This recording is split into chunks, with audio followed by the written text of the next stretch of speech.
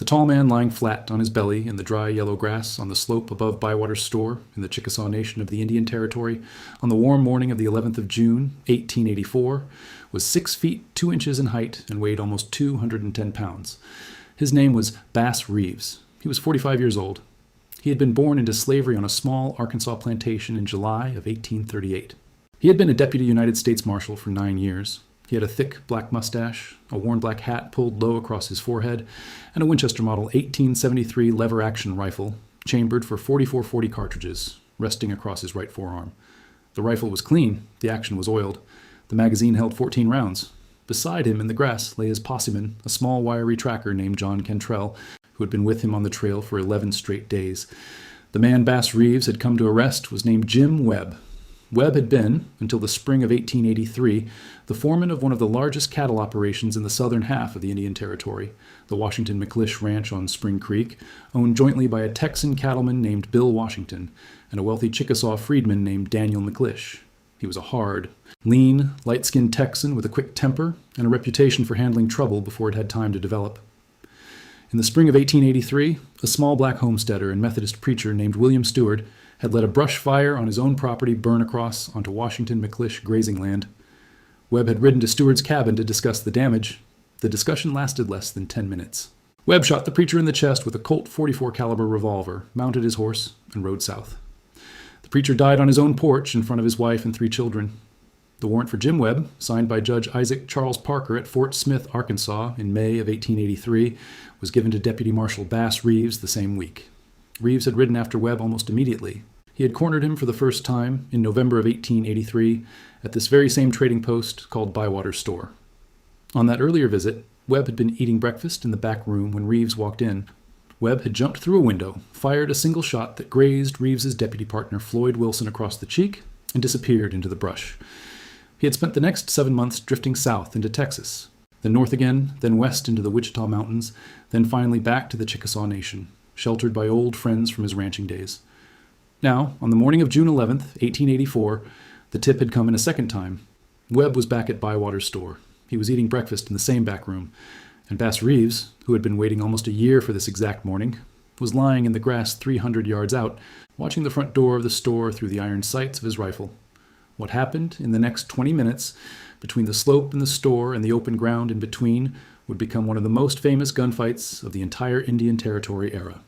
It would be reprinted in newspapers from St. Louis to San Francisco. It would be told and retold by old marshals and old outlaws sitting on the porches of small Oklahoma towns for the next 50 years. And it would be, by every account that survives, the longest documented pistol and rifle range duel ever recorded between a single lawman and a single armed fugitive in the entire history of the American frontier.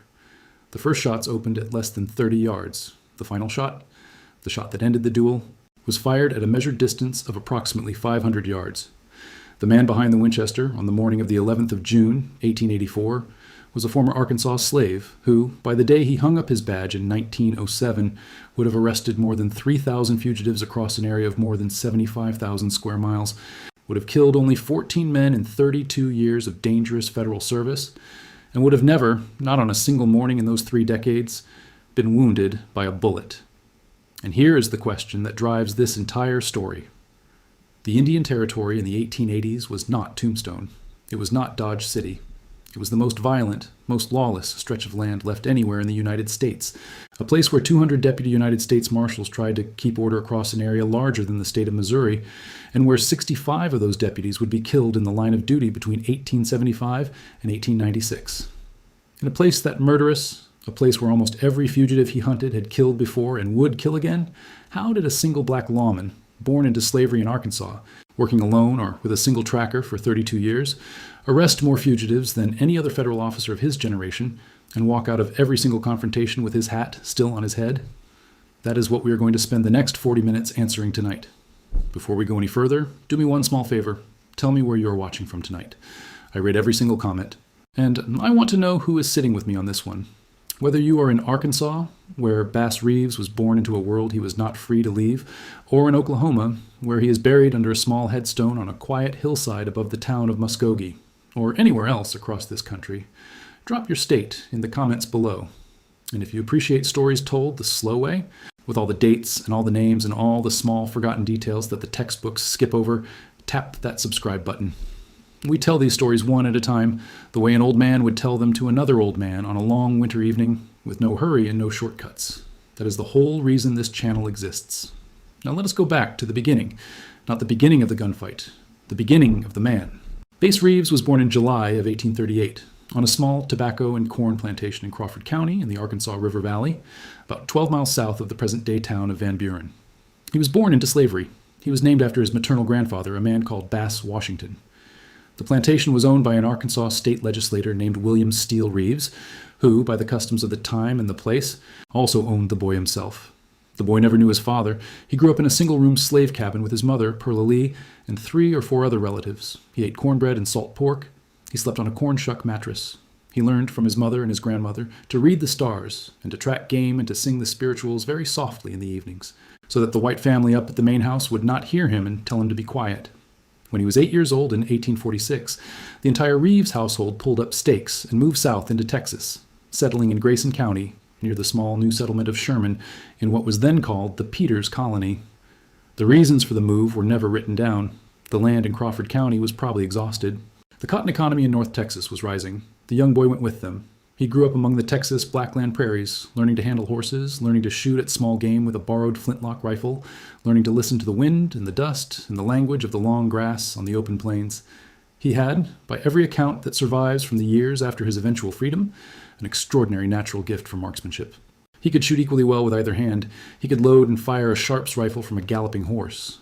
By the time he was 18 years old, the white men of Grayson County would lay small bets on his shooting at country fairs, and the boy himself, who could not legally accept payment for anything, was simply allowed to keep what he won in trade for cornmeal and tobacco. By the late 1850s, he had been moved, through some form of inheritance, into the household of William Steele Reeves's adult son, Colonel George Robertson Reeves. George Reeves was a different kind of master from his father. He was a sheriff. He was a state legislator. He would later be elected Speaker of the Texas House of Representatives. He was, by every account, harsh and unyielding. He took Bass with him almost everywhere he traveled. He used him as a body servant and a hunting companion. He played long games of poker against him in the long Texas evenings, despite the fact that any winnings the slave accumulated could not legally be kept. When the Civil War came in the spring of 1861, Colonel George Reeves enlisted in the 11th Texas Cavalry of the Confederate Army. He took his slave Bass with him as a personal attendant. They served, by all surviving records, in the Indian Territory campaigns of 1861 and 1862, fighting alongside Cherokee and Creek Confederate troops under the command of General Stand Watie. And somewhere in those months, in a soldier's tent late one night, over what one Reeves family oral tradition remembers as a hand of cards and what another remembers as an argument over a missing shirt button, the slave Bass Reeves attacked his owner, knocked him to the ground, and ran out into the darkness of the Indian Territory. He never went back. He was 23 years old. He had no map. He had no money. He had no compass. He had the clothes on his back, a stolen pistol in his belt, and, by his own later account, the whole United States Army and the entire Confederate States Army, both willing to shoot me on sight if they caught me. He survived. He survived in the Cherokee Nation and the Creek Nation and the Seminole Nation by working for small native farmers who were too far from the war to care who he was. He learned to speak Cherokee. He learned to speak Creek.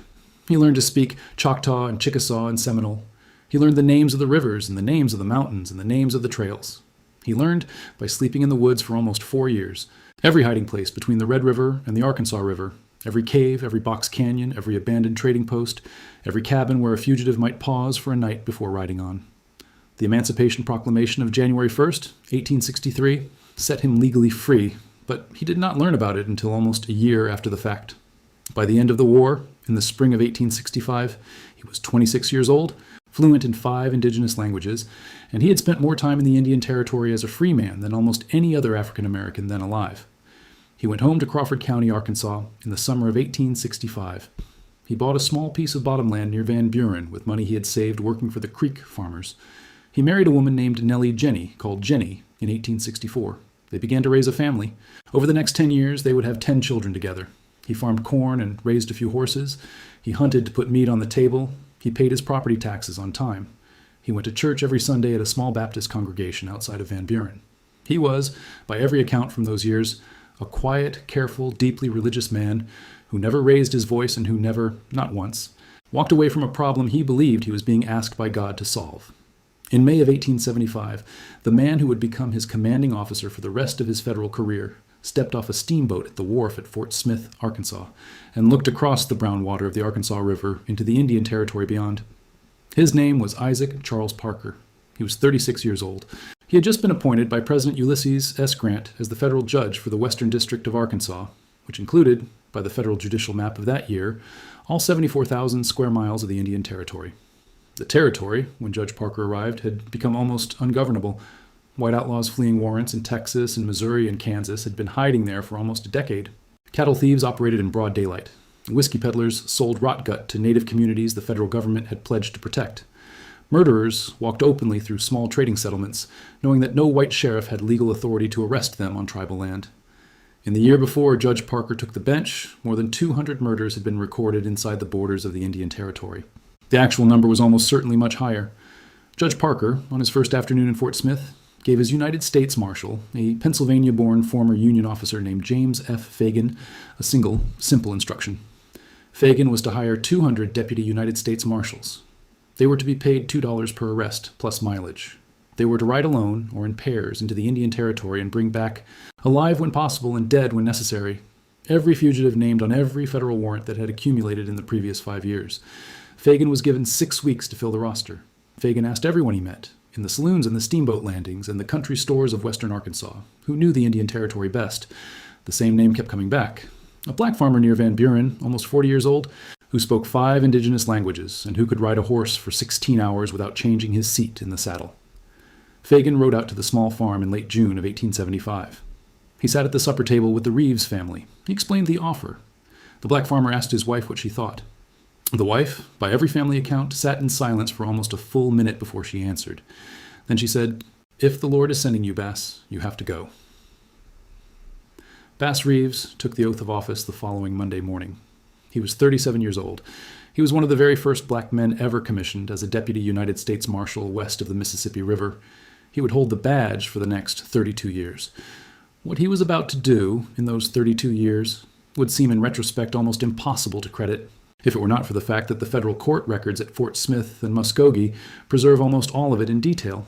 He would ride more than 75,000 square miles, alone or with 1 or 2 helpers, sleeping in the open, eating cold corn dodger out of his saddlebags, drinking creek water through his teeth to strain the silt. He would arrest, according to the most careful surviving counts, more than 3,000 fugitives. He would be shot at, by his own later count, on more than 30 separate occasions. He would have his hat shot off his head twice and his gun belt shot off his hips once. He would never, in those 3 decades, take a serious bullet wound. He would kill, according to his obituary published in the Muskogee Phoenix on January 13, 1910, exactly 14 men in the line of duty, every single one of them after the other man had drawn first. He would never, on any morning of those 3 decades, fire the first shot in any confrontation he was personally involved in. How did he do it? The records show 3 things, and we are going to walk through them tonight one at a time, because together they explain the man, and they explain the gunfight at Bywater store, and they explain why outlaws from Texas to Kansas to Missouri came to fear the name Bass Reeves more than they feared any other deputy marshal who ever rode under Judge Parker's commission. The first thing was disguise. Bass Reeves understood from his very first month on the job that a black federal lawman wearing a badge and riding into a small native settlement in the Indian Territory was a man who would never get within rifle range of any fugitive who was paying attention. So he stopped looking like a lawman. He grew his beard. He let his clothes wear thin. He rode an old saddle. He carried his badge in a small leather pouch inside his vest, with the warrants folded in a sealed oilcloth packet beneath his shirt. He walked into trading posts, pretending to be a cowboy looking for work. He walked into creek settlements, pretending to be a freedman drifter seeking a meal. On at least one famous occasion, recorded in detail by the historian Art T. Burton, Reeves dressed himself in old farm clothes, knocked a hole in his hat with a rock, smeared his face with red Oklahoma clay, and walked 28 miles on foot to the cabin of 2 brothers named Jim and Pink Brassfield, who were wanted for murder. He arrived at their cabin at dusk, claiming to be a hungry tramp on the run from his own troubles.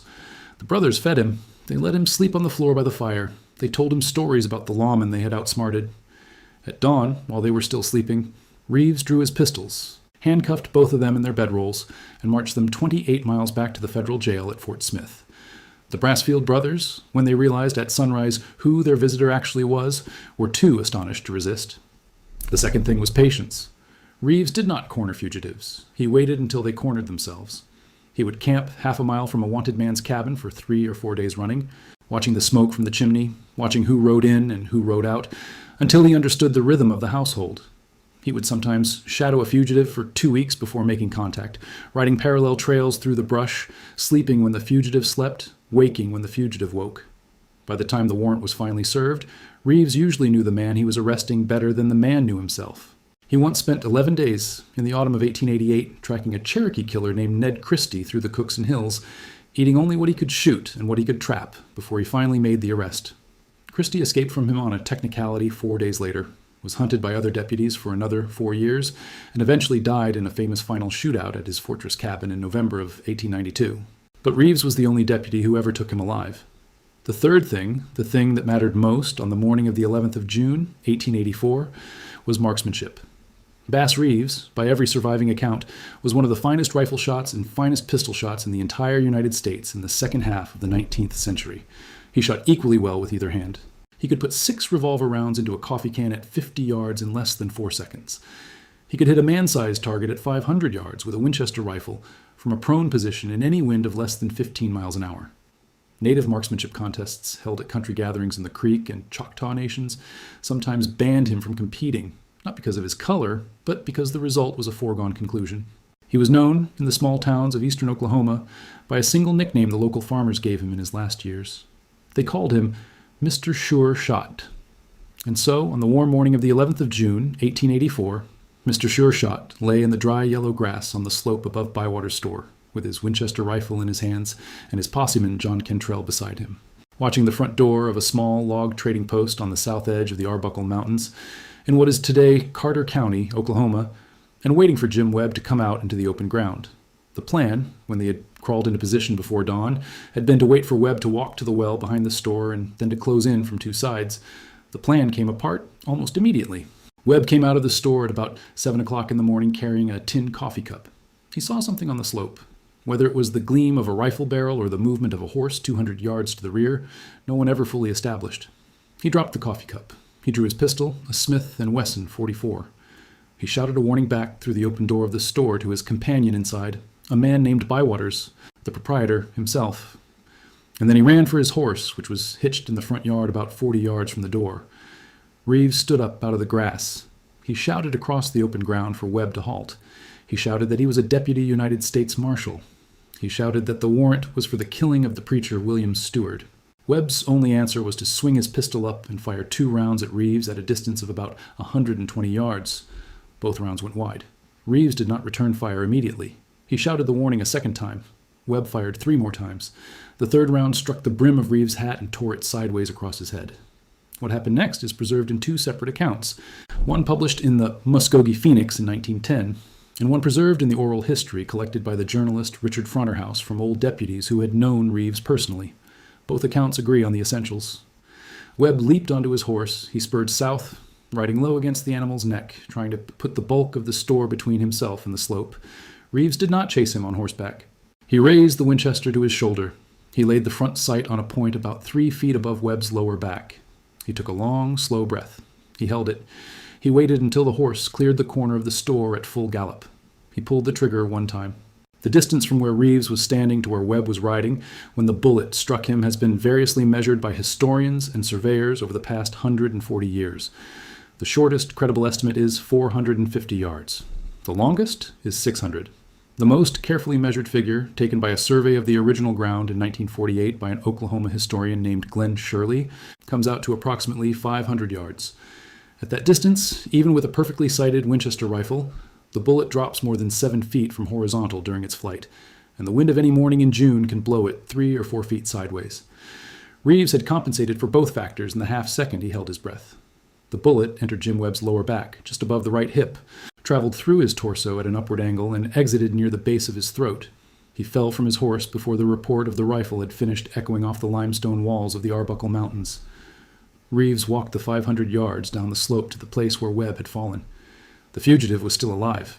He was bleeding heavily from the mouth. The pistol was lying in the dust a few feet from his right hand. Reeves picked it up. He sat down in the grass beside the dying man. According to the account preserved by the Muskogee Phoenix, Jim Webb looked up at the deputy who had finally caught him and said, in a voice that was almost a whisper, "Give me your hand, Bass. You are a brave, brave man. I never met a man like you in my life. Take my revolver. I want you to have it." Reeves took the pistol. He held the dying man's hand for almost 10 minutes until the breathing stopped. He carried the body back to the wagon. He carried it home the full 170 miles to Fort Smith. Witnesses who saw Reeves later that summer reported that he never spoke about the gunfight at Bywater's store unless someone asked him directly, and that when he did speak about it, he spoke about it without pride and without satisfaction. He spoke about it the way a carpenter speaks about a difficult piece of cabinetry, or the way a farmer speaks about a hard year. He had done a thing that had to be done. He had not enjoyed doing it. He carried Jim Webb's .44 caliber Smith & Wesson revolver in his saddlebags for the rest of his life. He never used it on another man. He served 23 more years after the Webb shooting. He arrested, in those 23 years, somewhere between 2,000 and 2,500 more fugitives. He arrested whiskey peddlers in the Creek Nation. He arrested cattle rustlers in the Cherokee Nation. He arrested horse thieves in the Chickasaw Nation. He arrested in 1886 a tall, thin Cherokee outlaw and his small, dark-haired Missouri-born wife at a place called Younger's Bend on the Canadian River. The man's name was Sam Starr. The woman was Belle Starr. He took them both to Fort Smith in chains without firing a single shot. He was, in 1902, asked to perform the hardest assignment of his entire career. His own 25-year-old son, a young man named Benjamin Reeves, whom the family called Benny, had killed his wife in a moment of jealous rage in Muskogee. The other deputies offered to take the warrant. Bass Reeves, by every account, refused. He saddled his horse. He rode alone to the place where Benny was hiding. He brought his son back in handcuffs. He stood in the courtroom of Judge C.W. Raymond on the 22nd of January, 1903, and watched Benny be sentenced to life in the federal penitentiary at Fort Leavenworth, Kansas. He never once, by any surviving account, asked the judge for mercy. When Oklahoma achieved statehood on the 16th of November, 1907, the office of Deputy United States Marshal for the Indian Territory was officially abolished. Bass Reeves was 69 years old. He hung up his federal badge. He took a job, 3 weeks later, as a uniformed beat officer with the Muskogee Police Department. He walked a 4-block patrol in the small downtown district. He carried, on his uniform belt, the same Colt single-action Army revolver he had carried for the previous 15 years. By every surviving account from those 2 years, no crime, not so much as a stolen melon from a fruit stand, was ever committed on Bass Reeves' beat during the entire time he walked it. He retired in 1909 at the age of 71 when his health began to fail. He died at his home on North Howard Street in Muskogee of a kidney disease then called Bright's disease and today known as chronic nephritis on the 12th of January, 1910. He was buried in an unmarked grave in a small black cemetery on the outskirts of the city. The Muskogee Phoenix ran a 1-column obituary the following morning. The obituary called him, in its first paragraph, the most feared U.S. deputy marshal who ever rode in the Indian Territory. It said he had killed 14 men. It said he had arrested more than 3,000. It said he had never been wounded. It said, in its closing line, that the country will not soon see his like again. For almost the next 80 years, the country did not see his like, and the country did not remember him either. The textbooks of the 20th century did not mention Bass Reeves. The Hollywood westerns of the 1940s and the 1950s did not mention him. The myth of the Old West, as it was sold to the American public in the long afterglow of the frontier, was a myth of white lawmen and white outlaws and native warriors on the wrong side of a destiny that had already been decided. The black deputy who had spoken 5 indigenous languages, who had arrested 3,000 fugitives, who had killed only when killed at first, did not fit into the story the country had decided to tell about itself. So he was forgotten. The remembering, when it finally began, came slowly. The historian Art T. Burton published the first serious biography of Reeves in 2006, titled Black Gun, Silver Star. The bronze statue was raised in Pendergraft Park in Fort Smith, Arkansas, in May of 2012. The bridge over the Arkansas River between Muskogee and Fort Gibson was renamed in his honor in 2011. The Paramount streaming series Lawman Bass Reeves, starring the actor David Oyelowo, premiered in November of 2023. The country, more than 100 years after his death, finally began to see what the outlaws of the Indian Territory had always known. Now think about this for a moment. In a West that has been remembered in the country's imagination, for the men who drew first and shot fastest and built reputations through noise and through anger, Bass Reeves built his entire career on the opposite of all of that. He did not draw first. He did not shoot fastest. He did not build his reputation through noise. He built it through silence and through patience and through the long, slow gathering of information and through 500 yards of empty Oklahoma grass between the barrel of his rifle and the man he had been hired to bring in. He was not a celebrated gunfighter. He was a working federal officer who happened to be the best rifle shot in the federal service of his generation. He did not enjoy the killings. He did not boast about them. He buried the men he had to kill with his own hands when no one else would, and he carried their weapons in his saddlebags for the rest of his life as a kind of moral weight he was unwilling to put down. They were not savages. They were not heroes. They were people. And in the middle of those people, riding through the long Oklahoma summers from 1875 to 1907 on a chestnut horse with a worn black hat and a Winchester rifle.